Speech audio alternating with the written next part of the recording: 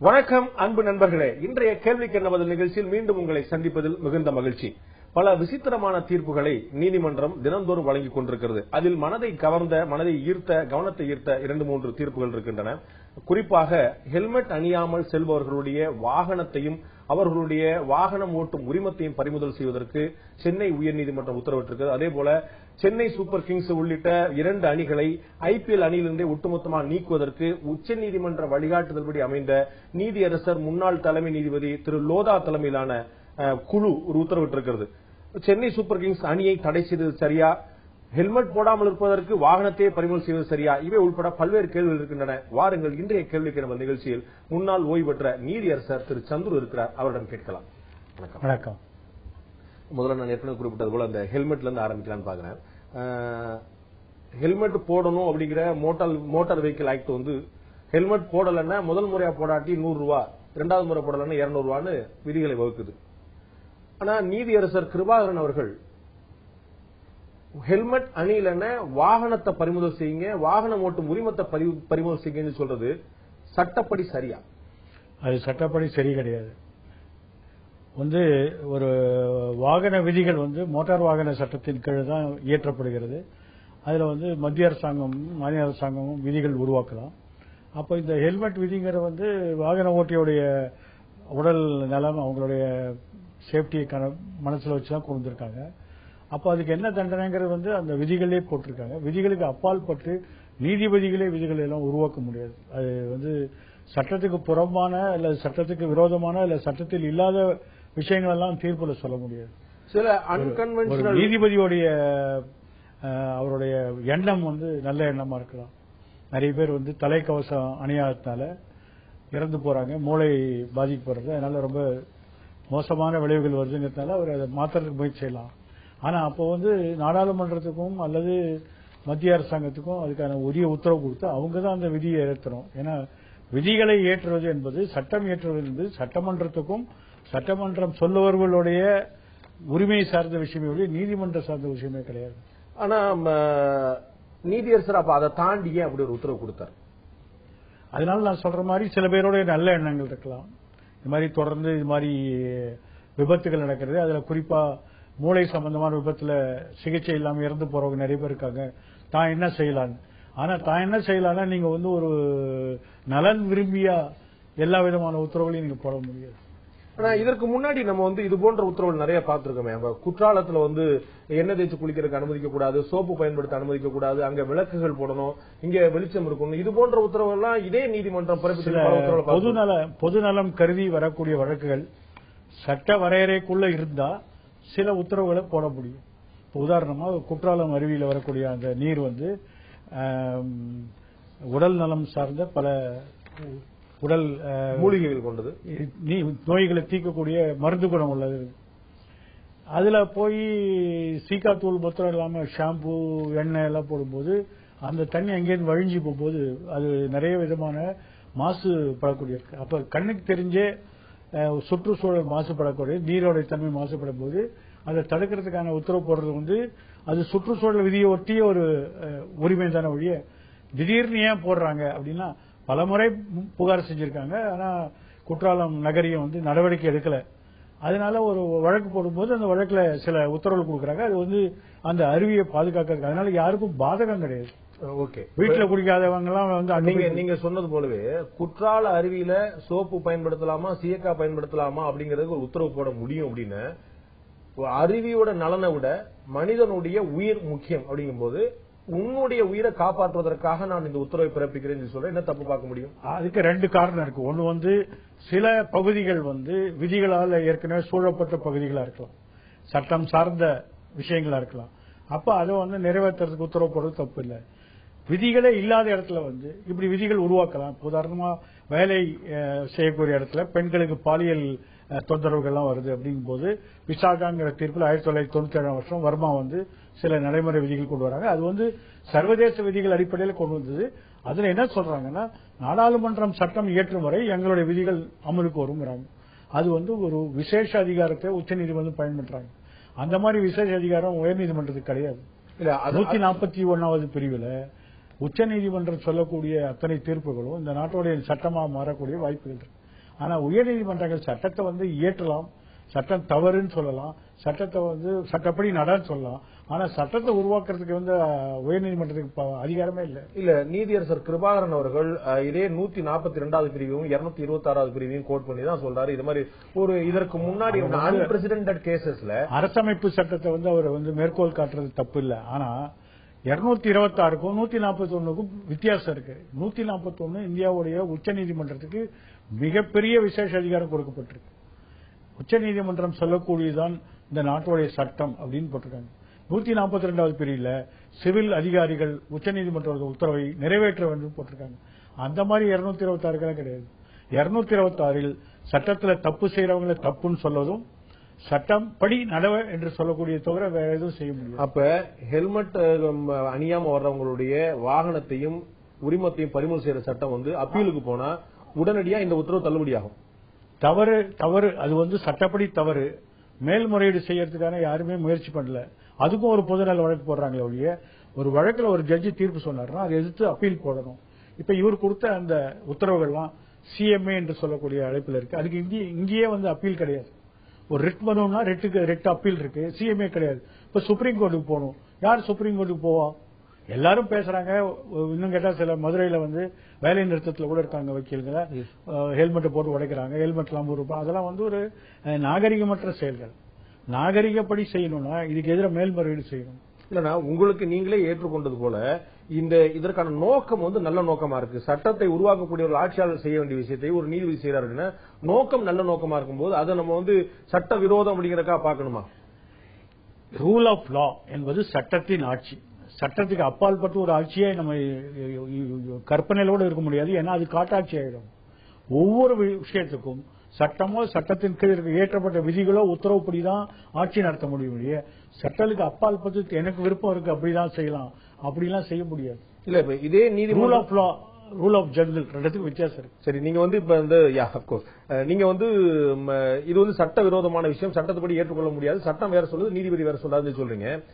எனக்கு தெரிஞ்சு நீங்கள் கையாண்ட ஒரு வழக்குல, நீங்கள் தீர்ப்பளித்த ஒரு வழக்குல வந்து ஒரு டாஸ்மாக் ஊழியர் அவர் வந்து அங்க கடையில குடிச்சு அவருக்கு வந்து வயிறுலாம் புண்ணாகி ஒரு ஆபரேஷனுக்காக போகும்போது அவருடைய மருத்துவ செலவுகளை பூரா டாஸ்மாக் நிர்வாகமே ஏற்க வேண்டும் நீங்க சொல்றீங்க. இல்ல, அந்த வழக்கு கொஞ்சம் சின்ன வித்தியாசம் இருக்கு. எப்படின்னா, அந்த மாதிரி ஒரு உத்தரவு வந்து இல்ல, அந்த மாதிரி நடைமுறை இல்ல, அந்த மாதிரி உத்தரவாதம் அரசே கொடுக்கல. ஆனா நீங்கள் வந்து என்ன சொல்றீங்க? இதற்கான அது நீங்க சரியா புரிஞ்சுக்கல. அந்த உத்தரவு என்னன்னா, அவருக்கு வந்து கல்லீரல் வந்து ஜல்லட மாதிரி ஆயிடுத்து. அந்த சிரோசிஸ் ஆஃப் லிவர்ங்கிறதுக்கு அவர் வைத்தியம் பாக்குறாரு. 2 லட்சம் ரூபாய் செலவாகுது. அவர் இந்த 2 லட்சத்தை அவங்களுக்கு மருத்துவ சலுகை இருக்கு. அவங்க என்ன சொல்றாங்க, உனக்கு 1 லட்சம் தான் கொடுப்போம். ஏன்னா அவ்வளவுதான் பெர்மிசிபிள், அவ்வளவுதான் அலவுடு. ஆனால் இந்த குறிப்பிட்ட வரையறைக்கு மேல கொடுக்க முடியாதுன்னு சொல்லும் போது அவரால் அந்த இதுக்கான வியாதிக்கு வந்து தீர்வு பெற முடியாது. பல வழக்குகள்ல அரசாங்க மருத்துவமனையில சிகிச்சை பெற முடியாம தனியார் மருத்துவமனையில சிகிச்சை பெற்று இருக்காங்க. அரசாங்க மருத்துவமனையில ஏன் நீ போல, அதனால கொடுக்க முடியாது சொன்ன வழக்குகள் இருக்கு. நீ வந்து டாக்டர் கிட்ட, நாங்க சொன்ன டாக்டர் கிட்ட நீ போலன்னு.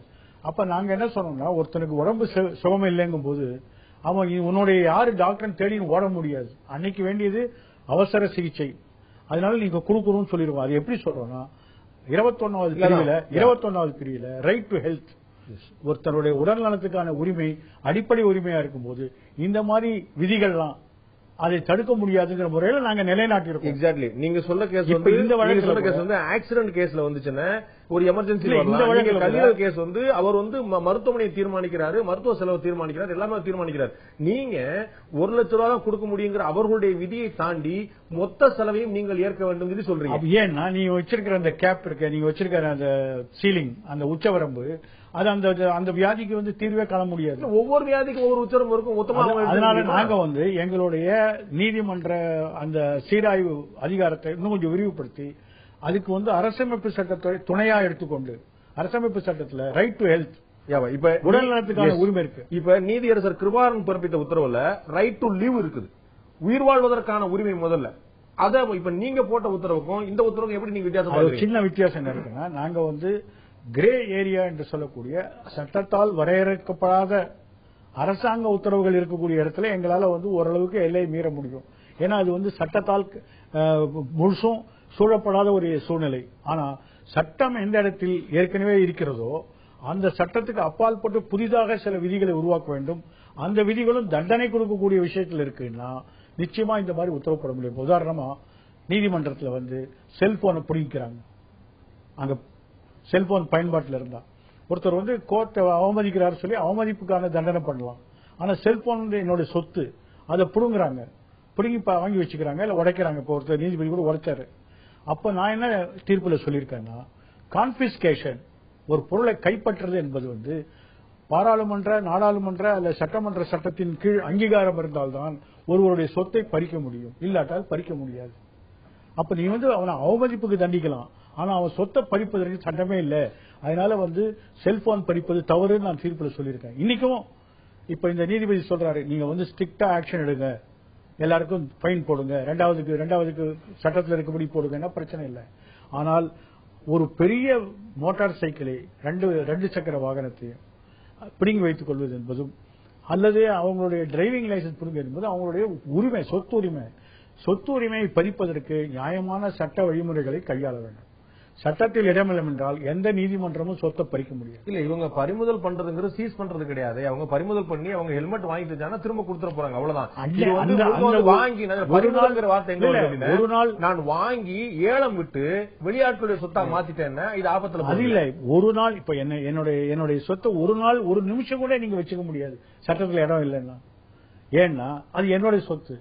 நான் உடனே உங்களை கேட்பேன், எந்த சட்டத்தில் நீங்க இதை எடுத்திருக்கீங்க, ஏன் கண்ணகி கேட்கல, யாரை பார்த்து எப்படி கொண்டீங்க ஹஸ்பண்ட், அது மாதிரியான ஒரு பாரம்பரியத்தில் நம்ம வந்திருக்கோம்.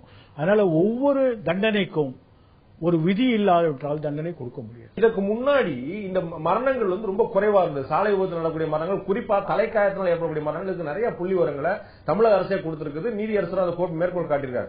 அப்ப இந்தியாவிலேயே அதிகமான சாலை விபத்துல மரணம் நடக்கக்கூடிய மாநிலமா தமிழகம் இருக்குது. அப்ப வந்து மதுரை வக்கீல் என்ன சொல்றான், நீ அப்பனா வந்து சாராயத்தை தடை பண்ணு, மதுவை தடை பண்ணு, அதுல நிறைய பேர் செத்து போறானே, உனக்கு வந்து உலக நன்மை தான் முக்கியம்னா நீ அந்த மாதிரியான ஏரியால போய் பண்ணு. அவன் மீட்டிங்ல பேசல, இது சரியா இருக்குமா, அவனை நிறுத்த சொல்லு, நான் நிறுத்தல. இல்ல, இது சரியா சொல்லக்கூடிய நோக்கத்தை வைத்து ஒரு நடவடிக்கை சரி என்று சொன்னால் பல நல்ல நோக்கங்கள் இருக்கு. அந்த நோக்கங்களுக்கு எல்லாம் நீ ஏன் போல? இல்ல, அதுதான் கேக்குறேன். நான் வந்து மதுவை நிறுத்து, நான் அப்ப வந்து ஹெல்மெட் போடுறேன், சாலைகளை சரியாக்கு நான் ஹெல்மெட் போடுறேன், சிக்னலை சரியாக்கு நான் ஹெல்மெட் போடுறேன். எல்லாருமே பாதிக்கப்பட்டவன் என்ன சொல்லுவானா, இன்னொரு உதாரணத்தை காட்டி அதை ஏன் நீ செய்யலன்னு கேட்பான். அது வந்து ஒரு பெடஸ்ட்ரியன் வியூ, நடைபாதைவாசியுடைய ஒரு கருத்தா இருக்கலாம். ஆனா சட்டத்தின் பால் ஏற்படுத்தப்பட்ட நீதிமன்றங்கள் சட்டத்துடைய நெளிவு சொல்வுகளை மட்டும் புரிந்து கொண்டு சட்டத்தை நிறைவேற்றுவதற்கும் அல்லது தவறான சட்டத்தை ரத்து செய்வதற்கான ஒரு சீராய்வு அதிகாரம் தான் ஒரு நீதிமன்றத்துக்கு இருக்க உள்ள. இந்த உலகத்தை நான் திருத்த போறேன் அப்படின்லாம் பண்ண முடியாது. நீங்க சொன்னீங்க சட்டத்தை இயற்றக்கூடிய அதிகாரம் நீதிமன்றங்களுக்கு கிடையாது, இது வந்து நம்முடைய வேலை கிடையாது, இது பாராளுமன்றம் மற்றும் சட்டமன்றத்துடைய வேலை அப்படின்னு. அதாவது ஏற்கனவே எழுதப்பட்ட சட்டங்கள் அமுலில் இருக்கக்கூடிய பகுதியில் தாங்களே ஒரு புது சட்டத்தை அந்த ஏற்கனவே எழுதப்பட்ட சட்டத்துக்கு விரோதமாகவோ அதற்கு மாற்றாகவோ உருவாக்க முடியாது. இப்ப ஒரு கிரே ஏரியா இருக்கு, ஒரு ஏரியால சட்டமே இல்ல, சில விதிமுறைகளை வகுக்க முடியும் அரசாங்கத்தால.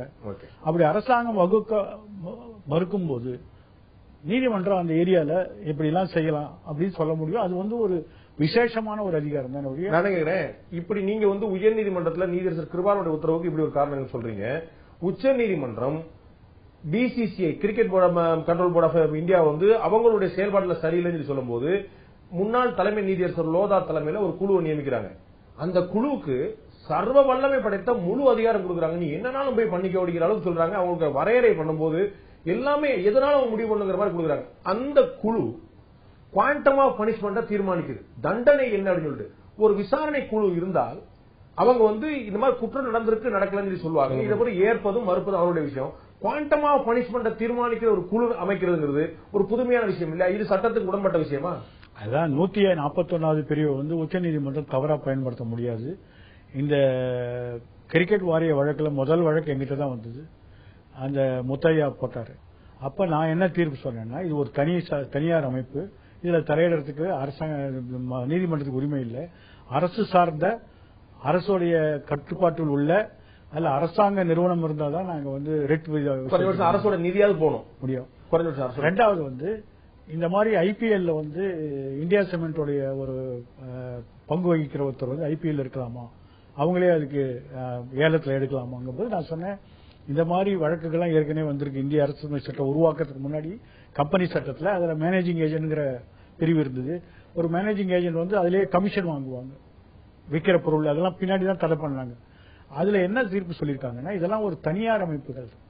நீங்க தனியார் அமைப்புகள் எல்லாம் சுத்தம் செஞ்சு நேர்மையான நடைமுறைங்கிறது இந்தியாவில் சட்டமே கிடையாது. இந்தியாவில் இந்த அரசமைப்பு சட்டம் யார் மேல அமுலாகும்னா அரசு சார்ந்த நிறுவனங்கள் மேலதான் அமுல்படுத்த முடியும், தனியார் முடியாதுன்னு அர்த்தம். ஏன் தீர்ப்பு 2 நீதிபதிகள் சரின்னு சொன்னாங்க. உச்சநீதிமன்றம் போகும்போது உச்சநீதிமன்றத்தில் 2 நீதிபதிகளுடைய கருத்து வேற்று வந்துச்சு. கோகாய் அண்ட் கியான் சுதா மிஸ்ரா அவங்க பிரிஞ்சுட்டாங்க. அந்த டயத்துல வேற ஒரு வழக்குல, இந்த மேட்ச் பிக்சிங் வழக்குல வந்த உடனே தாங்க எல்லாத்தையும் சரி பண்ண போறோங்கிற முறையில அவங்க அந்த வழக்கை எடுத்துட்டு தினசரியா 1.5 வருஷமா விசாரிச்சு அதுக்கு கமிட்டி போட்டு இதெல்லாம் நீங்க இதுக்கெல்லாம் சட்ட அடிப்படை இருக்குன்னு கேட்டா நான் இல்லைன்னு தான் சொல்லுவேன். அதுதான் கேக்குறேன். அது ஏன்னா அடிப்படையான பிரச்சனை. நீங்க இந்த மாதிரி ஒரு தனியாருடைய விளையாட்டுகள்ல தலையிட முடியுமா இல்லையா? முடியாதுங்கிறதா உண்மை. உச்சநீதிமன்றம் செய்யும் போது ஒரு தனி மனித சுதந்திரம் முழுமையா பாதிக்கப்படுது. இதுல என்னன்னா, இந்த வழக்கு மேட்ச் பிக்சிங் வழக்கிலே பாத்தீங்கன்னா ஏற்கனவே குற்றவியல் நடைமுறை சட்டப்படி விசாரணை நடந்துகிட்டு இருக்கு. குருநாத் மையப்பன் கைது செய்யப்பட்டார், ராஜ் குந்த்ரா கைது செய்யப்பட்டார், அவங்க மேல விசாரணை நடந்துட்டு இருக்கு. இப்ப அவங்களுக்கு ஒரு ஆயுள்கால தண்டனை, அவங்க ஆயுள்காலம் முழுக்க அது ஒரு தவறான முன்னுதாரணங்கிறது. எவ்வளவு பெரிய விளையாட்டு இருக்கலாம், எத்தனை கோடி செலவா இருக்கலாம், ஆனா சட்டத்துல இடம் இல்லாத போது உச்சநீதிமன்றம் தினசரி விசாரணைக்கு எடுத்துக்கொண்டு தினசரி உத்தரவு போட்டு ஒரு கமிட்டி போட்டு தண்டனை கொடுக்கறதெல்லாம் யாருமே எதிர்பார்க்காது. அதனால்தான் பல மேலை நாடுகள்ல நம்மளுடைய நீதிமன்றத்தை பத்தி என்ன குறை இருக்குன்னா, அவங்க இந்த மாதிரி கட்ட பஞ்சாயத்துக்கு அவங்க வச்சிருக்க வார்த்தை என்னன்னா கங்காரு கோர்ட். அதாவது நீதிமுறைகள் இல்லாம தாங்களே இஷ்டம் போல ஒரு நீதி பரிபாலனம் செய்யறது கங்காரு கோர்ட் என்று சொல்கிறார். அதை நம்ம தமிழ்ல கட்ட பஞ்சாயத்து சொல்லலாம். அந்த மாதிரியான ஒரு நடைமுறைக்கு இந்திய நீதிமன்றங்கள் என்னைக்குமே போகக்கூடாதுங்கிறது என்னுடைய அபிப்பிராயம். இன்னைக்கு ஒரு நீதிபதி சொல்றாரு, உச்ச நீதிமன்றம் தவறு செய்து விட்டது அப்படின்னு சொல்றாரு. ஏன்னா இந்த மாதிரி தவறான தீர்ப்புகள் வரும்போது அதை பொது மேடையில் விவாதித்து இது சட்டத்துக்கும் இதுக்கும் சம்பந்தம் இல்லை, இது சட்டத்தின் ஆட்சியை குலைக்கிறது என்று சொல்லி சட்டம் தெரிந்தவர்கள் அல்லது சட்ட அறிஞர்கள் அல்லது சட்ட வல்லுநர்கள் அல்லது ஒரு மனித உரிமைக்காக போராடுபவர்கள் இதை எதிர்த்து குரல் கொடுக்கணுங்கிறத என்னுடைய அபிப்பிராயம். இல்ல, அவங்க குரல் கொடுத்தாங்கன்னா அவங்களுக்கும் பிரச்சனை வந்துருங்க நிலைமை. இப்ப பிசிசிஐ சேர்மனா இருந்த ஸ்ரீனிவாசன் அவர்கள் கடுமையா முயற்சி பண்ணார். உச்சநீதிமன்றத்தில் மாறி மாறி போராடி பார்த்தாரு. அவரே 3ஆம் முறையாக போட்டியிடக்கூடாது சொல்லி உச்சநீதிமன்றம் தடை பண்ணது. அவர் மேல இத்தனை ஆயிரம் பேர் பார்க்கக்கூடிய ஒரு விளையாட்டு போட்டியில இந்த மாதிரி எல்லாம் சூதாட்டம் நடக்குதுக்கும் போது மக்களுக்கு ஒரு எரிச்சலும் ஒரு அவமதிப்பும் ஒரு ரக்தியும் வருது. அதனால உச்ச நீதிமன்றம் கிட்டத்தட்ட அந்த மக்களோட சென்டிமெண்ட்டுக்காக தீர்ப்புங்கிற மாதிரி தான் இருக்கக்கூடிய இது ஒரு லார்ஜர் ஒரு லீகல் பிரேமுக்குள்ள செய்யற மாதிரி இல்ல. இல்ல, நீதிமன்றம் இது மாதிரி ஒரு பாப்புலிஸ்டான ஜட்மெண்ட்களை கொடுக்க கிளம்புனா அப்ப அரசியலுக்கும் இதுக்கும் ஒரு மாறுபாடு தவறுதான். பாப்புலிசம் தவறு. ஏன்னா லக்னோ வளர்ச்சி குழும வழக்கில் சுப்ரீம் கோர்ட் சொல்லியிருக்கான், ஒரு நீதிபதியும் தான் விரும்புறதெல்லாம் தீர்ப்பா சொல்ல முடியாது. தன்னுடைய சொந்த கருத்துக்கள் விருப்பு வெறுப்புகள் எல்லாம் வீட்டில் அடுக்கி வச்சுட்டு சட்டத்தின்படிதான் தீர்ப்பு சொல்லணும்னு ஏற்கனவே சொல்லியிருக்காங்க. தாங்க விரும்புற கருப்பெல்லாம் அந்த நீதி தீர்ப்புல நுழைக்க முடியாதுன்னு சொல்லியிருக்காங்க. ஆனா நீங்க ஒவ்வொரு வழக்கிலையும் நாம இன்னைக்கு என்ன நன்மை செய்யலாம் அப்படின்னு அது மாதிரி பண்ண முடியாது. அந்த நீதியரசர் லோதா தலைமையிலான குழு அமைத்ததே தவறுன்னு நீங்க சொல்றீங்க. குழு அமைத்து நடந்த உண்மைகளை தெரிந்து கொள்ளலாம். ஏன்னா ஒவ்வொரு நீதிமன்றமும் தானா போய் விசாரிக்காத விஷயங்களை கோர்ட் ஆணையர் என்று அமைத்து சில தகவல்களை திரட்டுவதற்கு பயன்பட முடியும்.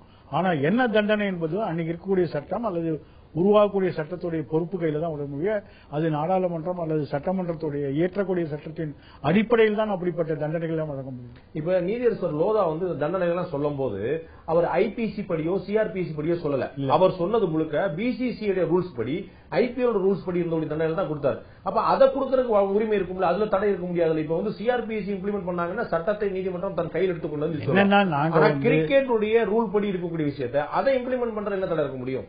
நாங்க விளையாட்டுத் துறையில் இருக்கக்கூடிய மோசடிகள் எல்லாத்தையும் களைய முற்பட்டு இருக்கிறோம். இந்த 2 குழுக்களும் விளையாட்டுத் துறையில மோசடி பண்ணிருக்காங்க, அதனால நாங்களே தண்டனை பெறுவோம்னா இததான் மேலை நாடுகள் சொல்றாங்க கங்காரு கோர்ட். தாங்க விரும்புறதெல்லாம் இப்ப உச்ச நீதிமன்றத்தில் 31 நீதிபதிகள் 30 நீதிபதிகள் இருக்காங்க, 31 பேர் மொத்த பேரு. ஒவ்வொருத்தரும் தாங்க விரும்புறதெல்லாம் செய்ய ஆரம்பிச்சா இந்த நாடு எங்க போகும்னு கேட்கிறேன். இன்னைக்கு அரசியல்வாதிகளும் தனியாரும் மற்றவர்களும் சரியான விதத்துல செயல்படாத போது நீதிமன்றங்கள் தலையிட வேண்டிய கட்டாயம் ஏற்படுது இல்லையா? நீங்க சொல்றீங்க கிரிக்கெட் ஒரு பாப்புலரான கேம். கிரிக்கெட்ல இப்ப இந்த பிசிசிஐ என்பது அரசுடைய நிதியை பெறுவதில்லை, தனியார் அமைப்பு, அரசுடைய அறக்கட்டளை எதுவும் கிடையாது, அதுக்கு வரி சலுகை எதுவும் விசேஷமான விஷயங்கள் கிடையாது, முழுக்க முழுக்க தனியார் ஒரு நிர்வாகமா இருந்துட்டு இருக்கு. ஆனால் மக்களுடைய பணம் கோடிக்கணக்கில் உள்ள இருக்குது. அப்ப அவங்க பதில் சொல்ல வேண்டிய கடமைகள் இருக்காங்க. மோசடி செய்தவர்களை தண்டிப்பதற்கு கிரிமினல் சட்டங்கள் இருக்கு. அவன் வந்து ஒரு ஃப்ராடு கமிட் பண்ணான்னா அவன் மேல கிரிமினல் கேஸ் போட்டு உள்ள தள்ளி ஜெயில தள்ளலாம். ஆனா நம்ம ஊருடைய குற்றவியல் நடைமுறையில ஒருத்தரை தண்டிக்கிறதுங்கிறது ஆல்மோஸ்ட் இம்பாசிபிள்ங்கிற நிலைமையில தான் இருக்கு. அப்படி தண்டிச்சாலும் ஒரு 10 வருஷம் 15 வருஷம் கழிச்சுதான் தண்டனையே வரும். அதனால ஜனங்களுக்கு நம்பிக்கை இல்லை. இப்ப எல்லாருமே வந்து நீங்க சொல்லப்படி, அதாவது இந்திய தண்டனை சட்டப்படி வந்து இல்லாட்டி குற்றவியல் நடைமுறை சட்டப்படி இவங்க தண்டிக்கிறங்கிறது கிட்டத்தட்ட ஆகாதுன்னு இவ்வளவு ஒரு பழுத்த அனுபவத்தில் நீங்களே சொல்லும் போது, தப்பு செஞ்சா தண்டனை உண்டு என்பதை நிரூபிப்பதற்காக சட்டத்தை தாண்டி நீதியை நிலைநாட்ட சில முயற்சிகள் செய்யத்தானே வேணும். அது எப்படிப்பட்ட முயற்சி செய்யலாம்னா, இப்ப உதாரணமா வந்து சாரதா சிட் ஃபண்ட் வழக்கு இருக்கு. அதுல அவன் நிறைய கோடிக்கணக்கான ஏமாத்திட்டாங்க. அப்ப அவன் ஜாமீன் கேட்கறான். ஜாமீனுக்கு முன் கட்டளையா நீ இவ்வளவு ரூபாய் கட்டுன்னு சொல்றான். இதெல்லாம் வந்து ஓரளவுக்கு அதுல எக்ஸஸ் இருந்தா கூட, அதுல கொஞ்சம் தவறு மீறல் இருந்தா கூட பெரும்பான்மையான பாதிக்கப்பட்ட ஜனங்களுக்கு ஏதோ கொஞ்சம் பணம் வருங்கிற முறையில செய்யறாங்களே ஒழிய, இதெல்லாம் வந்து ஸ்மால் எக்ஸ்பெரிமெண்ட். அதே நீதிமன்றம் எங்க சொல்லியிருக்காங்கன்னா, ஒரு பிணையில விடுறதுங்கிறதுக்கு இந்த மாதிரி இம்பாசிபிள் கண்டிஷன் எல்லாம் போட முடியாதுங்கிறான். சோ இது இம்பாசிபிள் கண்டிஷனா பாசிபிள் கண்டிஷனாங்கிறது அது கோர்ட்டோடைய நடைமுறை. ஆனா அந்த மாதிரி சில முயற்சிகள் செய்யும் போது அது வேற விஷயம். ஆனா ஒருத்தரை நான் புது சட்டம் உண்டாக்கி நான் புதுசா நான் தண்டிப்பேன் அப்படின்னு சொல்றதுக்கு எந்த நீதிமன்றம் இப்ப பிசிசிஐக்கோ சீனிவாசனுக்கான ரெமெடி என்ன? உச்ச நீதிமன்றம் தான் சொல்கிறது. உச்ச நீதிமன்றத்தால் நியமிக்கப்பட்ட முன்னாள் தலைமை நீதிபதி தான் இவ்வளவு செய்யறாரு. இப்ப இவர் வந்து நீங்க சொன்னீங்க தப்பு செஞ்சவன் தண்டனை பிடிக்கிறான், அதே மாதிரி வந்து உப்பு தின்னவன் தண்ணி குடிப்பான்னு சொல்லலாம். இன்னைக்கு யாரும் தண்டனை வாங்காம இல்ல. சாதாரண ஏழைப்பட்ட மக்கள் நலிவுற்ற பகுதிகளில் இருக்கவங்க எல்லாம் தண்டனை வாங்குறாங்க. இன்னைக்கு கூட இப்ப நான் வரும்போது கூட பார்த்தேன், ஹெல்மெட் பிடிக்கிறேன்னு பிடிச்சி 2 பசங்க நிறுத்தி வச்சிருக்கான். இப்ப அவன் வந்து ரோட்ல தான் நின்று இருக்கான். 3-4 நாள் நிக்க வேண்டியதான் இருக்கும். இந்த மாதிரி பல தண்டனைகள் இருக்கு. ஆனா வசதி படைத்தவர்கள் சீனிவாச மாதிரி ஆளுங்களுக்கு வந்து பணம் ஒன்றும் பிரச்சனை இல்லை. எல்லா கோர்ட்லயும் எல்லா நீதிமன்றத்திலும் பெரிய நல்ல திறமைப்பட்ட அதே மீறி தோத்துட்டு, அதாவது சுப்ரீம் கோர்ட்ல இந்த கிடைக்கும் போது இப்ப அரசியல்வாதிகள் தங்களுக்கு எதிராக செயல்படுறாங்கன்னு அவர் குற்றம் சாட்டுறாரு. உச்ச நீதிமன்றம் தனக்கு எதிராக இருக்குன்னு நினைக்கிறாரு. ஆனா இப்ப அவர் எங்க போய் ரெமெடி தேட முடியும்? நீங்க சொல்ல போல விடுங்க நாளைக்கு பாத்துக்கலாங்கிற மேட்டர். அதனால்தான் வந்து சில பேர் சொல்றாங்க, இன்ஃபேக்ட் ஒரு அமெரிக்கன் சுப்ரீம் கோர்ட் சொல்லியிருக்காரு, உச்ச நீதிமன்றம் வந்து உச்சம் என்று சொல்லும் போது they are not infallible because they are supreme. Because they are supreme they are infallible. அதாவது அவர்கள் தான் உச்சக்கட்டம், அதுக்கு மாதிரி நீதிமன்றமே இல்லை. அதனால அவங்க தப்பு செஞ்சாலும் சரியா செஞ்சாலும் அதுதான் கடைசி தீர்ப்பாயிடுது. அதனால நீங்க வந்து உங்களுடைய விதியை நொந்துக்க வேண்டியதுதான். இதுல நீதியரசர் லோதா தலைவரான குழுவுக்கான சம்பளம் வரையறை இது எல்லாமே அவர்களே தீர்மானித்துக் கொள்ளலாம் சொல்லி உச்ச நீதிமன்றம் சொல்லுது. எவ்வளவு சம்பளம் அது எப்பயுமே வந்து ஆர்பிட்ரேஷனோ இல்லாட்டா ஒரு கமிஷனரோ போடும்போது அவர்களே முடிவு பண்ணுவாங்க. இங்கேருந்து ஒருத்தர் போய் பிசிசிஐல எலெக்ஷன் நடத்த போறாரு, ஒரு judge, retired supreme court judge, அவருக்கு எவ்வளவு ஃபீனா 2 லட்சம் ரூபாய். அது போயிட்டு திரும்பி வருது. அவர் போன அன்னைக்கு அங்க க்ளோஸ் பண்ணி வச்சுட்டான். இந்த மும்பைல இந்த இப்ப இருக்கிற மோடி நீதிரசர் மோகன் போனார் நினைக்கிறேன். ஆமா, லலித் மோடி. அப்ப போயிட்டு தான் திரும்பி வந்தாரு. அப்ப அதுக்கு ஃபீஸ் உண்டா? பல பேர் இருக்காங்க இன்னைக்கு வந்து ஒரு நாள் ஃபீஸ் இவ்வளவு இல்ல பரவாயில்ல. இருந்தாலும் 2 லட்சம் சொல்லி சொல்லும் போது ஒரு எல்லையாவது தெரியுது. ஆனா நீதியரசர் லோதா தலைமையிலான குழுவுக்கு வந்து அந்த ஒட்டுமொத்த குழுக்குமான பயணப்படி போக்குவரத்து இருக்கிறது எல்லாம் அவங்களோட சம்பளம் எவ்வளவு அவர்களே தீர்மானம். நீங்க சொல்றீங்க. இப்ப சமீபத்தில் ராமசுப்ரமணியம் ஒரு தீர்ப்புல சொல்லியிருக்காரு, இந்த ஆர்பிட்ரேஷன் வந்து ஒரு தனியான ஒரு மாற்று தீர்வு முறையில் இருக்கு. ஆனா வந்து பல பொதுத்துறை நிறுவனங்கள்லாம் கோடிக்கணக்கில் பணத்தை இதுல விட்டு ஏமாந்து போறாங்க. ஏன்னா ஒவ்வொரு ஆர்பிட்ரேட்டரோட ஃபீஸும் அவங்க கொடுக்க அந்த எத்தனை கோடி ரூபாய் அதில் செலவழிச்சிருக்காங்க கணக்கே இல்லை. அது ரொம்ப தவறா இருக்கு. இப்ப மத்திய அரசாங்கம் வந்து சட்ட கமிஷன் வழியா அதுக்கு ஏதாவது ஒரு உச்சவரம்பு கொண்டு வரலாமா, எத்தனை ஹியரிங் நடத்தலாம், எத்தனை மாசத்துக்குள்ள முடிக்கலாம்னு சொல்லி இப்ப விதிமுறைகள். அப்போ ஒரு தப்பு நடக்கும்போது நாடாளுமன்றம் அதுக்கான சில ஸ்டாப் கேப் அரேஞ்ச்மெண்ட் மாத்திரம் இல்ல, எதிர்காலத்தில் அதை தடுப்பதற்கு, அந்த ஓட்டையை தடுப்பதற்கான திருத்தங்கள் கொண்டு வராங்க. அதனால நாடாளுமன்றத்தின் மூலம்தான் சட்ட மாற்றத்தை கொண்டு வர முடியும். நீங்களா எதுவும் சொல்ல முடியும்.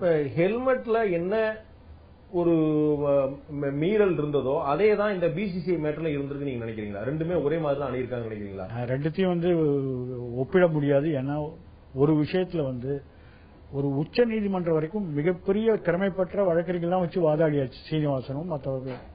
அதுக்கும் மேல உச்ச நீதிமன்றம் சொல்லியிருக்காங்க. அப்ப 141வது பிரிவுப்படி அதுதான் சட்டம், தப்போ ரைட்டோ அதான் சட்டம். ஆனா இங்க வந்து ஒரு உயர்நீதிமன்ற நீதிபதி தன்னுடைய விதிமுறைக்கு உட்பட்டு ஒரு உத்தரவு கொடுக்கிறாரு. அந்த விதிமுறை வந்து சட்டப்படி சரியா தவறா என்பதை முடிவு செய்யக்கூடிய அதிகாரம் 2 நீதிபதிகளுக்கோ ஒரு டிவிஷன் பெஞ்சுக்கோ அல்லது உச்ச நீதிமன்றம் இருக்கு. அதனால இது தவறா சரியான இன்னும் வாதாடுறதுக்கு இன்னும் ஸ்பேஸ் இருக்கு, இன்னும் இடம் இருக்கு. 2வது இதுல பாதிக்கப்பட்டவர்கள் வந்து நம்பர்ஸ் ஆர் மோர், நிறைய பேர் பாதிக்கப்படுறான். வழக்கறிஞர்களே போராடுறான். அப்படி இருக்கும்போது இன்னும் இது முடிவு பெறாத விஷயம். அதனால வந்து இதுக்கான காரணம் சொல்ல முடியும், தவறு என்று சொல்ல முடியும், விவாதிப்பதற்கான ஒரு வெளி இருக்கிறது. மரண தண்டனையை ஆயுள் தண்டனையா குறைக்கிறது பத்தி நீதியரசர் சதாசிவம் அவர்கள் ஒரு தீர்ப்பு சொன்னாங்க நம்ம ராஜீவ் கொலையாளிகள் வழக்குல. அதுல வந்து ஒரு அப்ராப்ரியேட் கவர்மெண்ட் அப்படின்னு சொல்லி சொல்லிட்டாரு. அப்ராப்ரியேட்னா யாரு, மத்திய அரசா மாநில அரசான்னு சொல்லிட்டு ஒரு வழக்கு ஓடிட்டு இருக்கு. மத்திய அரசு சம்பந்தப்பட்டிருக்கக்கூடிய வழக்குகளை விசாரிக்கக்கூடிய வழக்குல மாநில அரசு முடிவெடுக்க முடியாது மத்திய அரசு சொல்ல, இல்ல நான் எங்க ஊர்ல நடந்துச்சா நாங்க பண்ணக்கூடிய வாய்ப்பு ஒரு குழப்பம் ஓடிட்டு இருக்கு. உங்களுடைய பார்வையில இதுல என்ன மாதிரியான தீர்ப்பு வரணும்னு நினைக்கிறீங்க? என்னை பொறுத்த வரைக்கும் வந்து ஒரு காலத்துல அமெரிக்க உச்ச நீதிமன்றம் 72ஆம் வருஷம் மரண தண்டனையே செல்லாதுன்னு சொல்லிட்டாங்க. அதுக்கு பிறகு அமெரிக்காவில் இருக்கக்கூடிய பல மாநிலங்கள் வந்து மரண தண்டனைக்கான சட்டம் கொண்டு வந்து கைடட் டிஸ்கிரிஷன்ல கொண்டு வரலாம். அதே மாதிரி இந்திய சுப்ரீம் கோர்ட் என்ன சொல்லியிருக்கோம், ரேரஸ்ட் ஆஃப் த ரேர், அரிதிலும் கொண்டு இருக்கான். ஆனா எனக்கு தெரிஞ்சு எந்த இடத்துலயும் அரிதிலும் அது நீதிமன்ற பார்வையில் அரிதா, பாதிக்கப்பட்டவன் பக்கத்துல அரிதிலும் வருதா, இல்ல கொலையாளி பக்கத்துல அரிதிலும் வருதாங்கிறது யாரும் முடிவு பண்ணல. அதனால என்னை பொறுத்த வரைக்கும் மரண தண்டனை வேணுங்கிறது தான் என்னுடைய கருத்து. ஆனா அதுக்கு உட்பட்டு இன்னைக்கு மரண தண்டனை இருக்கிறது. இப்ப ராஜீவ்காந்தி வழக்குல வந்து 22 பேருக்கு மரண தண்டனை கொடுத்தோம். உச்ச நீதிமன்றத்தில் அப்பீல் போட்டோம் 4 பேர், கவர்னர் ஒருத்தருக்கு மன்னிப்பு கொடுத்துட்டான் 3 பேர் அவங்க உயிர் நீங்க இருக்கு. இப்போ மாநில அரசாங்கம் இந்த தண்டனை குறைக்கலாமான்னா சிஆர்பிசில தண்டனை குறைக்குவதற்கான 433A என்ற பிரிவு இன்னைக்கு இருக்கு. அது மாநில அரசு சார்ந்த வழக்குகளா இருந்தா, மாநில அரசு சார்ந்த வழக்குன்னு எப்படி நான் சொல்றேன்னா, இப்ப ராஜீவ்காந்தி வழக்கு தடா வழக்கில் போடப்பட்டது. ஆனால் உச்ச நீதிமன்றத்தில் கேடி தாமஸ் தலைமையிலான பெஞ்ச் தடா வழக்கு இதில் வர முடியாதுன்னு சொல்லிவிட்டார்கள். அதனால அது ஐபிசிக்கு தான் அவர் தண்டிச்சிருக்காங்க, இந்திய தண்டனை கிட்ட. ஆர்ம்ஸ் ஆக்ட் இல்ல, அந்த வழக்கை விசாரித்தது யாரு? மாநில போலீஸ் அல்ல, விசாரிப்ப வச்சு கிடையாது, நீதிமன்றம். மத்திய அரசாங்கத்துடைய சட்டம். மத்திய அரசாங்கம் பாஸ்போர்ட் சட்டம் அதுல உள்ள இருக்குது. இல்ல, மத்திய அரசாங்கம் 2 விதமான சட்டம் ஏற்று, பயங்கரவாத தடுப்பு சட்டம் அதுல உள்ள இருக்குது. அதனால்தான் மத்திய அரசாங்கம் 2 சட்டம் ஏற்றுறாங்க. ஒன்னு வந்து மாநில அரசாங்கம் நிறைவேற்ற அதிகாரியா இருக்கும், இன்னொரு இடத்துல மத்திய அரசாங்கமே நிறைவேற்றக்கூடிய அதிகாரம் இருக்கும். பாஸ்போர்ட் சட்டம் மத்திய அரசாங்கமே நிறைவேற்ற சட்டம். ஆனா ஆர்ம்ஸ் ஆக்ட் ஆயுத சட்டம் வந்து மாநில அரசாங்கம் நிறைவேற்ற சட்டம். இந்த சட்டத்தின் கீழ் எவ்வளவு பெரிய அளவுக்கு தண்டனை விதித்தாலும், உதாரணமா பாஸ்போர்ட் சட்டத்துல 3 வருஷம் தான் கொடுக்க முடியும், ஆர்ம்ஸ் ஆக்ட்ல 2 வருஷம் தான் கொடுக்க முடியும். இந்த தண்டனை இல்லாம அந்த கைதிகள் அனுபவித்து விட்டார்கள்.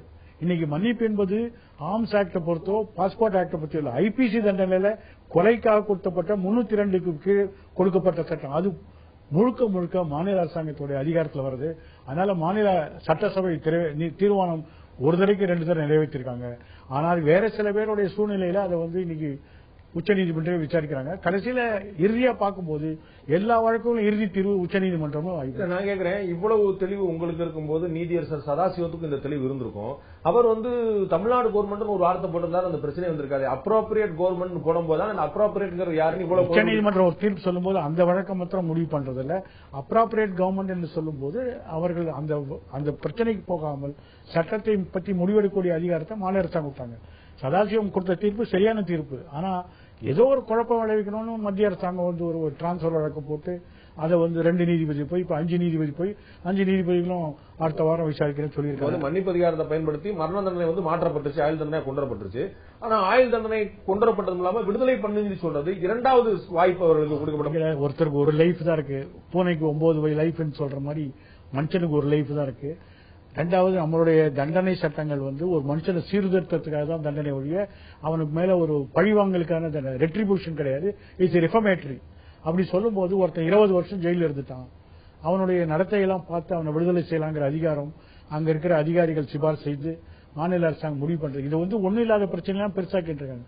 அதனால கொலையிலேயே அரசியல் கொலையானா வேற மாதிரி சட்டமா ஆயிடுது. அதான் பிரச்சனை. இப்ப வந்து கேஸ் பை கேஸ் அணுகணும் பாக்கணுமா, இல்லாட்டி பிரச்சனை என்ன ஆகும்? உச்சநீதிமன்ற தலைமை நீதிபதிகளான அமர்வு வந்து இது உத்தரவு கொடுக்குது. அப்ப இது வந்து நாளைக்கு எல்லா மாநில அரசுகளும் இது போன்ற ஒரு முயற்சியை கேட்க ஆரம்பிச்சுவாங்க. முன்னாடி பல்வேறு புதாரணங்கள் இருக்கு. அதனால புதுசா உதாரணம் உருவாக்கணும்னு அவசியம் கிடையாது. ஆனா ஒருவரையும் வழக்கறிஞர்களுடைய அந்த புத்திசாலித்தனால புது வழக்குகள் வர மாதிரி ஆயிருக்கு. ஏற்கனவே மாநில அரசாங்கம் இந்த அதிகாரத்தை உபயோகப்படுத்தி எந்தெந்த விஷயங்கள்ல தலையிட முடியாது என்று சொல்லியிருக்கிறார்கள். அப்படி சொல்லும் போது அந்த குறிப்பிட்ட வழக்கில் தலையிட முடியும். நான் திருப்பி உங்களுக்கு எல்லாம் வழிகாட்டுதல் சட்டத்தை கொண்டு வரேன், நான் வழிகாட்டுறேன் அப்படி சொல்லி மீண்டும் ஒரு அரசியல் சாசன பேச்சு இதை விசாரிக்க போறாங்க.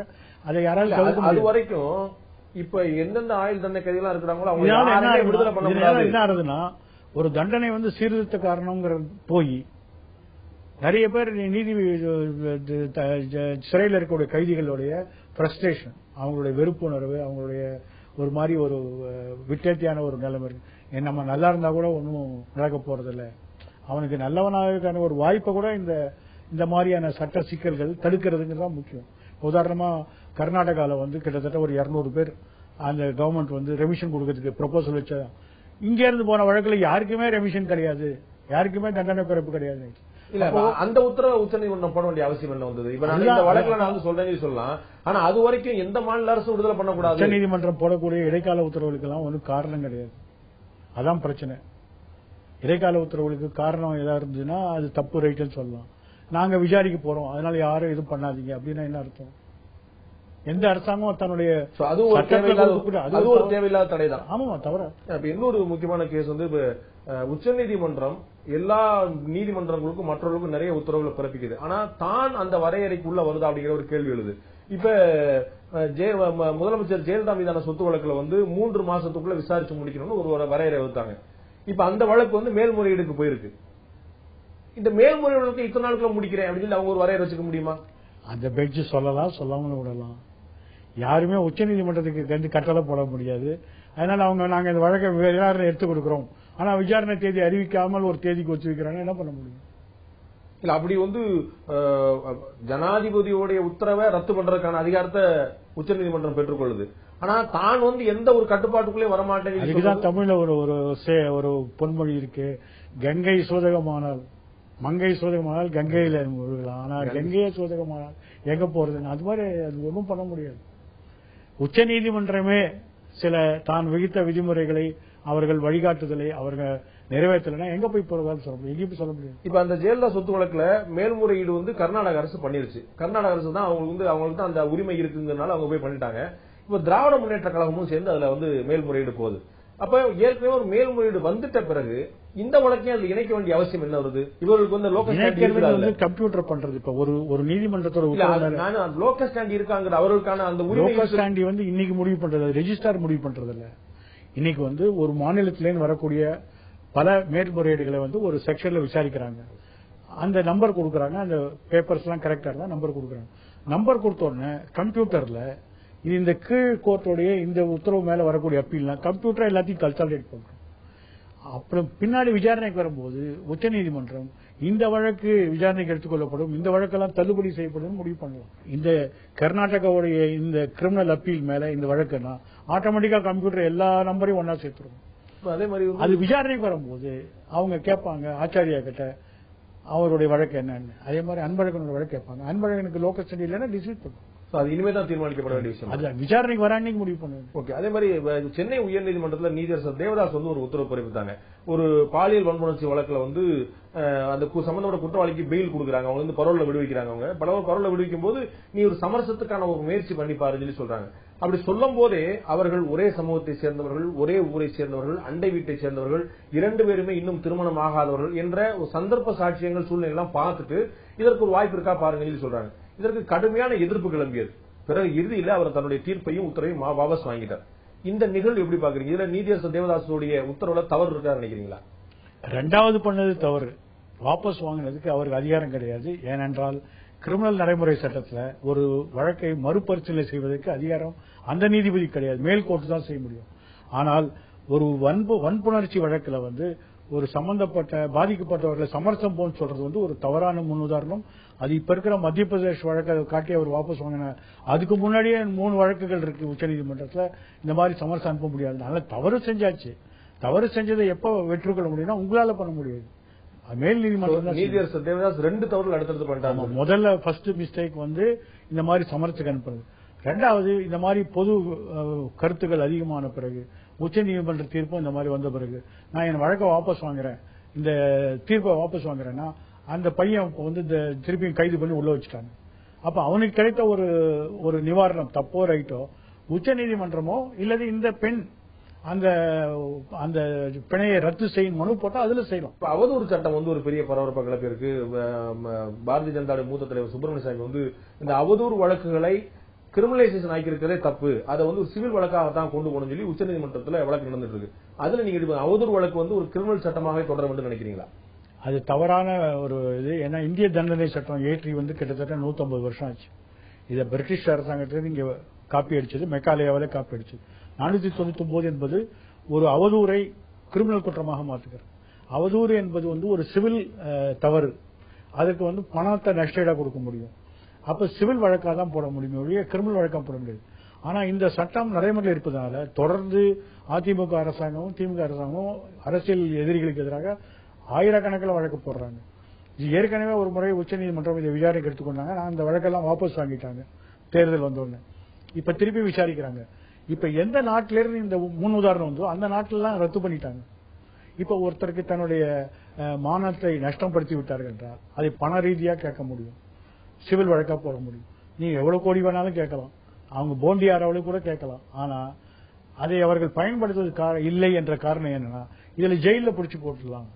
அப்ப ஒருத்தர் தப்பான கருத்து சொன்னார்னா அவளை ஜெயில தள்ளுங்கிறது ஒரு ஜனநாயக நாட்டுக்கு உதவாத ஒரு விஷயம். இந்த 409 என்ற பிரிவை ரத்து செய்ய வேண்டும் என்பதுதான் என்னுடைய. இதுல அவங்க வாய்க்கு வந்ததெல்லாம் சொன்னாங்க. மான நஷ்டம் அப்படிங்கிறது சாதாரணமா ஒரு பெண்ணை பார்த்து நடத்தை கட்டவள்னு சொல்லி ஒருத்தர் சொல்றாரு, இதனால மான நஷ்டம் வருது. அப்ப நீங்க போய் பாட்டு நீங்க 10,000 வாங்கிக்கங்க, 1 லட்ச ரூபா வாங்கிக்கங்க சொல்றான். இது சரியா இருக்குமா? உனக்கு எவ்வளவு வேணுமோ அவ்வளவு அபராதம் வாங்கிக்க. இப்ப ஒரு எந்த ஆதாரமும் இல்லாமல் அங்கதான் அவதூறு. நான் சொல்றேன், ஒருத்தர் கொலை பண்ணிடுறாரு, கொலை பண்ணவர் ஜெயிலுக்கு போறாரு. ஆனா கொலை செய்யப்பட்டவங்க குடும்பம் என்ன ஆக போகுது? அவங்களுக்கு நிவாரணம் இருக்கா? இல்ல. இன்னைக்கு எல்லாம் என்ன சொல்றோம், விக்டிமாலஜிங்கிறோம், விக்டிமுக்கு ரிஹாபிலிட்டேஷன். இப்ப இன்னைக்கு சட்டத்திலேயே 457A என்ற பிரிவில் 487A பிரிவில் விக்டிம்ஸ்க்கு ஏதாவது நஷ்டஈடு கொடுக்கணும்னு கேட்கிறோம். அந்த குற்றவாளியால கொடுக்க முடியலன்னா அரசாங்கமே அதுக்கு ஒரு ஃபண்ட் கிரியேட் பண்ணி கொடுக்கணும். புது சட்டம் வந்துருக்கு. ஏனென்றால் இதுவரைக்கும் நம்ம குற்றவாளியை பத்தி தான் நினைச்சு கொண்டிருந்தோம் ஒழிய பாதிக்கப்பட்டவர்கள் நினைக்கல. அதே மாதிரி ஒருத்தர் அவதூறு செய்யறாரு, நான் ஜெயிலுக்கு போனா உங்களுக்கு என்ன சந்தோஷம்? நான் ஜெயிலுக்கு போய் சாப்பிட்டு திருப்பி வந்துடுறேன், உங்களுக்கு என்ன நஷ்டம்? அதனால சில நஷ்டங்களை பண ரீதியாக வசூல் செய்யும் போது, அதுவும் மிகப்பெரிய அளவுல நஷ்டஈடு கொடுக்கும் போது அவங்க சொன்ன வார்த்தைகள் அப்படியே நிலைச்சிருதுல. அதான் கேக்குறேன், நீங்க ஜெயிலுக்கு போயிட்டா எனக்கு என்ன லாபம் கேக்குறீங்க? ஜெயிலுக்கு போக வேண்டி வரும் அப்படிங்கறனால ஒரு அச்சத்தோட இருப்பாங்கல்ல, ஜெயிலுக்கு போக வேண்டிய கூட வராது அபராதம், அது என்னைக்கு வந்து பாப்போம் அப்படின்னு ஜெயிலுக்கு போயிட்டு திரும்பி வந்துடுறாங்க. ஆனா உங்களுக்கு அதனால என்ன விதமான லாபம் இருக்கு? சைக்கலாஜிக்கல், அதாவது உளவு ரீதியான ஒரு லாபம். எனக்கு லாபம் இல்லாட்டாலும் அடுத்து வரக்கூடிய ஆட்கள் நஷ்டம் ஆனது யார் திருப்பி கொடுத்த? யாரும் கொடுக்கலையே. சரி, பணம் வந்தா திருப்பி வந்துருமா? பணம் வந்தா ஓரளவுக்கு திரும்பும். அதாவது எனக்கு கொஞ்சம் நஷ்டம் இருக்கு, அந்த நஷ்டத்தை ஓரளவுக்கு ஈடு கட்டுறது பணம். உதாரணமா நான் பெரிய ஒரு கிரிமினல் வழக்காக தொடர முடியாத பட்சத்துல நான் ஆதாரபூர்வமா இல்லாம அமெரிக்காவிலயோ இல்ல இங்கிலாந்துலயோ அந்த மாதிரி ஒரு சிவில் வழக்காக மான நஷ்ட வழக்கு போடும்போது நிறைய பேர் பயந்து காலில் விழுந்து மன்னிப்பு கேட்டு செட்டில் பண்ணிக்கிறது அதிகம். ஏன்னா அங்க இருக்கக்கூடிய நீதிமன்றங்கள் மிகப்பெரிய கட்டண தொகை வழக்காக சொல்றீங்களா ஃபியர்னு, அந்த ஃபியர் இங்க கிடையாது. ஏன்னா இங்க 30-40 வருஷம் ஒரு வழக்கு நடக்கும். ரெண்டாவது அப்படியே ஜெயிச்சா கூட பெரிய அளவு கிடைக்காது. அப்ப நீங்க டீகிரிமினலைசேஷன் பண்ணிட்டீங்கன்னா உள்ளதும் போயிரும். அதனால இந்த துறையை இன்னும் அதிகமாக பலப்படுத்த வேண்டும். இந்த சிவில் துறையை இன்னும் அதிகமா வேகமான ஒரு நிவாரணம் கொடுக்கறதுக்கான ஒரு ஏற்பாடு செஞ்சா யாரும் அங்க போறது இல்ல. நான் ஒரு நாள் அரெஸ்ட் ஆகி ரிலீஸ் ஆயிடுறேன், அப்புறம் ஒரு நாள் தண்டனை போறாங்க, மேல் கொண்டு நான் 3 டயர் போறேன், நீங்க தானே செலவழிக்கணும். இன்னும் கேட்டா 200வது பிரிவு செக்ஷன் 200ல இப்ப முதலமைச்சர் பப்ளிக் ப்ராசிக்யூட்டர் வச்சு போடுறாங்க. மீதி பேர்லாம் போய் மேஜிஸ்ட்ரேட் கோர்ட்ல நிக்கணும். ஒரு தடவை 2 தடவை இல்ல, 100 தடவை நிக்கணும். அது உங்களுக்கு தான் தண்டனை ஒழிய எனக்கு எந்த தண்டனையும் கிடையாது. நான் வக்கீல வச்சு வாதாடுவேன், நான் ஜாமீன்ல போயிடுவேன். ஆனா இந்த செக்ஷன் 200ல மனு கொடுக்க வந்தவன் ஒவ்வொரு வாய்தாக்கும் ஆஜராகும், இல்லன்னா தள்ளுபடி ஆகும். அப்ப தண்டனை யாருக்குன்னு கேக்குறேன். இன்னைக்கு மோசமான நீதிமன்ற நடைமுறை இருக்கும்போது அதை மாற்றி சிவில் நீதிமன்றங்களுக்கு இன்னும் கொஞ்சம் பலப்படுத்தி இன்னும் வேகமா செயல்பாடு கொண்டு வந்தா நிறைய பேர் அங்கதான் போவோம். இன்னொரு சந்தேகம், நீதியரசர் கர்ணன் அவர்கள் சக நீதிபதிகள் மேல நிறைய புகார்கள் எடுக்கிறார். இது பற்றி விசாரணை எல்லாம் வரணும்னு சொல்றாரு. உச்ச நீதிமன்றத்துக்கு பெட்டிஷன் போறாரு, முதலமைச்சருக்கு பிரதமருக்கு எல்லாம் கடிதம் எழுதுறாரு. இந்த நிகழ்வு நீதித்துறையை சுத்தப்படுத்த வேண்டும் என்ற அவருடைய எண்ணத்தை காட்டுகிறதா, அல்லது நீதித்துறைக்கு உள்ள குளறுபடிகள் அதிகரிச்சிருச்சு, ஒரு நீதியரசர் இன்னொரு சகோதர நீதியரசர் மீது இப்படி குற்றச்சாட்டு சொல்லக்கூடாதுன்னு பாக்குறீங்களா? நீதிமன்றங்கள் நீதிபதிகளை பத்தி ஏற்கனவே மக்கள் இருக்கக்கூடிய அபிப்பிராயம் வேற மாதிரி இருந்தது. இவங்க எல்லாம் ரொம்ப உத்தமானவங்க, கடைசி புகலிடம் நமக்கு நீதிமன்றம். இன்னைக்கு நீதித்துறைக்குள்ளேயே புகைச்சல்கள், நீதித்துறையில வேறுபாடுகள், நீதித்துறையிலே தவறான முன்னுதாரணங்கள் உருவாக ஆரம்பிச்சு. அதனால மக்களுக்கு இந்த நீதித்துறையை பத்தி இன்னொரு தடவை ரெண்டாவது சலனம் ஏற்படுது. பார்க்கும்போது நம்ம நினைச்ச மாதிரி இல்லைங்கிற அந்த சூழ்நிலை வந்து ரொம்ப வருத்தத்தக்கமான ஒரு விஷயம். அதுக்கு காரணம் என்னன்னா, சரியான ஒரு மெச்சூர்டு என்று சொல்லக்கூடிய ஒரு முதிர்ச்சி பெற்ற அனுபவம் பெற்ற திறமையான வக்கீல்கள் வந்து நீதிபதியா நியமிக்காததுனால எல்லா விதமான சக்திகளும் உள்ள வரதுக்கான வாய்ப்புகள் இருக்கு. அதோடைய வெளிப்பாடு தான் இதெல்லாம். அதான் கேக்குறேன், நீதியரசர் கர்ணன் சொன்ன குற்றச்சாட்டை விசாரிக்கணும்னு சொல்றீங்களா? நீதியரசர் கர்ணன் இப்படி வெளிப்படையா குற்றச்சாட்டை சொல்லிருக்க கூடாதுன்னு நினைக்கிறீங்களா? அவர் சொன்ன குற்றச்சாட்டு உண்மையா பொய்யான்னு விசாரிக்கிறதுக்கு வந்து நீதிமன்றங்கள் இருக்கு. ஆனா அவர் இப்படி செய்யறது தவறா அதையும் விசாரிக்கணும். ரெண்டுத்தையுமே விசாரிக்க வேண்டியது. அது நடக்கவே இல்லையே, ரெண்டுமே நடக்கலையே. இப்ப ரெண்டும் நடக்காது. நம்மளுடைய சிஸ்டத்தோட ஃபெயிலியர், நம்மளுடைய அமைப்புடைய அதற்கான வாய்ப்புகளே இல்லையோ. ஏனென்றால் அரசியல் சட்டத்தில் ஒரு நீதிபதி தவறு செஞ்சா பாராளுமன்றம் தான் அவரை எந்த தண்டனையும் கிடையாது. ஆனா இன்னைக்கு ஒரு நாடாளுமன்றத்தில் ஒரு மசோதா இருக்கு, நீதிமன்றங்களுடைய பொறுப்பு, நீதிபதிகளுடைய பொறுப்புகளை வந்து அக்கௌண்டபிலிட்டி பில் என்று சொல்கிறார்கள். அது வந்தா ஓரளவுக்கு இன்னும் கொஞ்சம் இம்பீச்மெண்ட்டுக்கு குறைவான சில தண்டனைகளையோ அல்லது மாற்று முறைகளையோ செய்யறதுக்கு வாய்ப்பு. நீதியரசர் கர்ணன் வந்து இதை தவிர்த்திருக்கலாம், நீதியரசர் கர்ணன் சொன்ன குற்றச்சாட்டுகளை விசாரித்திருக்கலாம். ரெண்டுமே நடந்திருக்கணும் நினைக்கிறேன். ரெண்டு பேருமே விசாரிக்கணும். சொல்லக்கூடிய குற்றச்சாட்டுகள் தீவிரமா இருந்தா அதை விசாரிக்கிறதுக்கான ஒரு வாய்ப்பு இருக்கும். ஆனா அதுக்கான எந்த வழிமுறைகளும் இங்க இல்ல. இதுல இப்ப நீதி குவாலியர்ல ஒரு பெண் நீதிபதி வந்து ஒரு மத்திய பிரதேச நீதிபதி மேல புகார் கொடுத்தாங்க. மத்திய பிரதேச நீதிமன்றம் விசாரித்து குற்றம் இல்லைன்ட்டாங்க. ஆனால் உச்ச நீதிமன்றம் அது தலையிட்டு நீங்க விசாரிக்க முடியாது, இந்த இன்ஹவுஸ் ப்ரொசீஜர் என்பது நாங்க பண்ணக்கூடிய ஒரு கமிட்டி தான் விசாரிக்கணும்னு சொல்லி அந்த கமிட்டி விசாரித்து மத்திய பிரதேச நீதிபதி தவறு என்று சொல்லி அந்த குற்ற அறிக்கையை அவர்கள் வந்து நாடாளுமன்றத்துக்கு அமைச்சிருக்காங்க. நாடாளுமன்றம் அவர் மேல இம்பீச்மெண்ட்டுக்கான ஒரு தீர்மானத்தை நிறைவேற்றிருக்காங்க. அதுதான் இப்ப இருக்கிற ஒரே வழி. அது இங்க செய்யறதுக்கு யாரும் இல்ல. அதே போல வழக்கறிஞர்கள் பற்றி பேசும்போது வழக்கறிஞர்கள் தங்களுடைய எதிர்ப்பை காட்டுறதற்கு இந்த மாதிரி இந்த சட்டம் வேண்டாம், இல்லாட்டி உத்தரவு வேண்டாம் அப்படின்னு சொல்லி மேல்முறையீடு போகாம நீங்கள் முதலே குறிப்பிட்டது போல ஹெல்மெட்டை உடைக்கிறது, ஹெல்மெட் போடாமலே ஊர்வலம் போறீங்க. என்னன்னா இப்ப வழக்கறிஞர்கள் வந்து ஒரு ஏகபோக உரிமை வச்சிருக்காங்க. வேற யாரும் நீதிமன்றத்தில் ஆஜராக முடியாது, வழக்கறிஞர்கள் மட்டும்தான் ஆஜராக முடியும். அப்படி சொல்லும் போது ஜனங்களுக்கு சட்டத்து மேல நம்பிக்கை இருந்தா தான் வழக்கறிஞருக்கு பிராக்டிஸ்க்கான வாய்ப்பு வரும். ஆனா வழக்கறிஞரே இந்த நீதிபதி தப்பு, இந்த தீர்ப்பு தப்பு, நாங்க ரோட்ல தான் போராடுறோம்னா வரக்கூடிய வழக்காடிகள் வந்து உங்ககிட்ட வராம அவனும் நேரடியா போராட ஆரம்பிப்பான். அப்ப அது நீதிமன்றத்துக்கான ஒரு வீழ்ச்சியை ஒழிய நீதிமன்றத்துடைய கௌரவத்தை காக்கிற செயல் கிடையாது. வழக்கறிஞர்கள் ஒருத்தருக்கு இருக்கக்கூடிய அந்த ஞானம், சட்ட ஞானம் 1000 பேர் செல்லும் போது 1000 பேரோட ஞானமும் மாறி அதை ஒரு சட்ட ரீதியா அந்த சவாலை மேற்கொள்ள வேண்டியது வழக்கறிஞர்களோட கடமை. இத பொது மேடைகள்ல நீங்க உட்பட தலைமை நீதிபதி கவுல் உட்பட பல பேர் வந்து பல பொது மேடைகள் இதை குறிப்பிட்டே போறாங்க. ஆனா ஏன் நடவடிக்கை எடுக்க தயங்குறான்னு கேட்கிறேன். ஒரு தவறு நடக்குது, இது ஒரு சட்ட மீறல் இது அப்படின்னு தெரியுது. ஆனா வந்து அமைதியா இருக்கும்போது நீங்க பொது மேடையில மட்டும் சொல்லுங்க வழக்கறிஞர் வந்து கட்டுப்பாட்டோட செயல்படணும், நீங்க முன்னுதாரணமா செயல்படணும், இப்படி ஒரு தத்துவார்த்த ரீதியா பேசிட்டு நீங்க சொன்னீங்களே அதிகாரம் இல்லாமலே வந்து செயல்படலாம் மக்களை நலன்னு. அதிகாரம் இருந்தும் ஏன் செயல்படாம இருக்காங்க? அது பய உணர்வுனால்தான். ஒருத்தர் ஒரு குழு நம்ம நாட்டில் நீதிபதிகளுக்கு வழக்கறிஞர்கள் மீது பயம், ஒரு குழு அதிகாரம் செலுத்துவது ஆரம்பித்தவுடன் தனிநபர்களுக்கு வந்து அது மேல ஒரு பய உணர்வு வந்துருது. அதனால நடவடிக்கை குறைகிறது. நீதிபதிகளுமே கூட தன்னை தனிநபர்களா பார்க்க ஆரம்பிச்சா அப்புறம் எங்க போறது? நீதிபதிகளும் மனுஷங்க தானே. வழக்கறிஞர்கள் மீது நடவடிக்கை எடுக்க நீதிபதிகளுக்கு ஒரு தயக்கம் இருக்கிறது. வழக்கறிஞர்கள் மீது நடவடிக்கை எடுக்க என்று பொத்தாம்பதுவா சொல்ல முடியாது. வழக்கறிஞர்கள் குழுவாக செயல்படும் போது அவர்கள் குழு அதிகாரத்தை பயன்படுத்துகிறார்கள். அந்த குழு அதிகாரத்துக்கு எதிராக சில தனிப்பட்ட நீதிபதிகளால் சரியான முறையான நடவடிக்கை எடுக்க முடியாது. இப்ப சென்னை உயர்நீதிமன்ற வழக்கறிஞர் சங்கம் வந்து ஒரு தீர்மானம் நிறைவேற்றிருக்கு. இந்த மாதிரி 2-3 கேள்விகள் சந்தேகங்கள் எழுப்பியிருக்கு. 175 மேஜிஸ்ட்ரேட்டுகள் மீது புகார்கள் இருக்கிறது, அவர்கள் மீது உயர்நீதிமன்றம் நடவடிக்கை எடுக்கும் நாங்க எதிர்பார்க்கிறோம் சொல்றாங்க. அப்ப கீழமை நீதிமன்றங்கள்ல இவ்வளவு புகார் குவிந்திருக்கும் போது நீதிமன்றம் அதையும் வேடிக்கை பார்க்குமானால்? 2 இருக்கு. ஒன்னு வந்து தலைமை நீதிபதி இக்பால் இருக்கும்போது சொன்னாரு, நாங்க கிட்டத்தட்ட ஒரு பாதி கிழமை நீதிபதிகள் மேல ஊழல் புகார் வந்திருக்கு. அதே ஒருத்தர் வந்து தகவல் அறியும் சட்டத்தில் கேட்ட போது இதெல்லாம் கொடுக்க முடியாதுன்னு சொல்லிட்டாங்க. இப்ப கீழமை நீதிமன்ற நீதிபதினு பொதுவா சொல்ல முடியாது. 2வது, நீதித்துறையில் ஏதாவது தவறான முறைகேடான நடவடிக்கைகள் இருக்குன்னா அது வந்து வழக்கறிஞர்களுக்கு தெரிந்த ஒரு விஷயம். அப்ப வந்து இந்த மாதிரி வழக்கறிஞர் சங்கத்தில் தீர்மானம் போடாம அந்த தனிப்பட்ட நீதிபதி மேல புகார் கொடுக்க முடியும்.